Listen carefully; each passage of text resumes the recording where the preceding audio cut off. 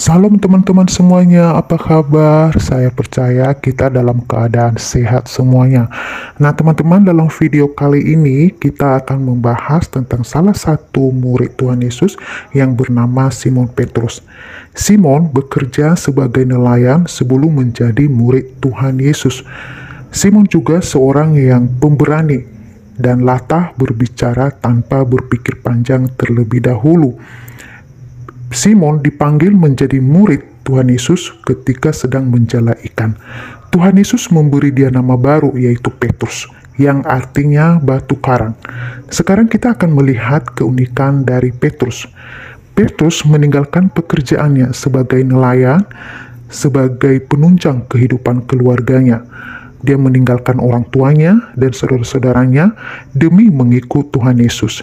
Dia mencoba berjalan di atas air untuk menemui Yesus, ingin mendirikan 3 kemah di atas gunung waktu Tuhan Yesus dimuliakan di atas gunung, agar Yesus, Musa, Elia, dan dia bisa tinggal di tempat itu. Nah, selanjutnya Petrus tidak ingin membiarkan Tuhan Yesus membasuh kakinya. Lalu Tuhan Yesus memberikan penjelasan kepada Petrus bahwa apa yang di Tuhan Yesus perbuat saat ini dia tidak akan tahu, tetapi engkau akan mengerti kelak, kata Tuhan Yesus.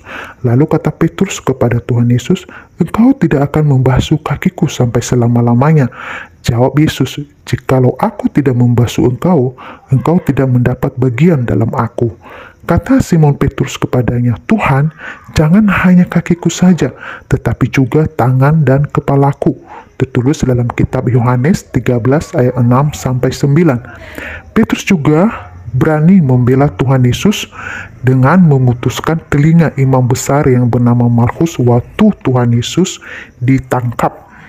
Nah, ketika mengetahui Tuhan Yesus berdiri di pantai, Petrus langsung berdiri dan terjun ke laut untuk berenang menemui Tuhan Yesus karena tidak sabar menunggu perahu ikan untuk bertemu dengan Tuhan Yesus. Selanjutnya, kita akan melihat akhir hidup dan kematian Petrus. Setelah kebangkitan Tuhan Yesus, Petrus dikunjungi secara khusus oleh Tuhan Yesus.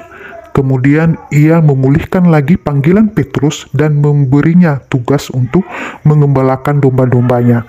Kepemimpinan Petrus akan murid-muridnya dan gereja mula-mula semakin nyata ketika Tuhan Yesus naik ke surga.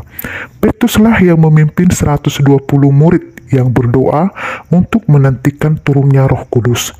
Dia juga berinisiatif untuk mencari pengganti Yudas Iskariot yang pengkhianat. Dan ketika terjadi pencurahan Roh Kudus pada hari Pentakosta, Petruslah yang tampil berkhotbah di hadapan orang-orang Yahudi sehingga 3.000 orang bertobat. Petrus juga yang memimpin para rasul dalam pemberitaan kabar baik kepada orang-orang Yahudi.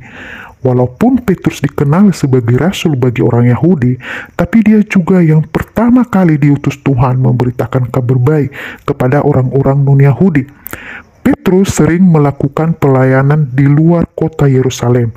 Dia pergi ke Lida dan Yope, Antiokhia, dan mungkin ke Korintus. Dan Petrus juga pergi ke Roma sebagai pusat kekaisaran Romawi. Dan dikatakan di kota Romalah Petrus meninggal bersama Paulus. Pada masa penganiayaan Kaisar Nero, Petrus disalibkan secara terbalik dengan kepala di bawah.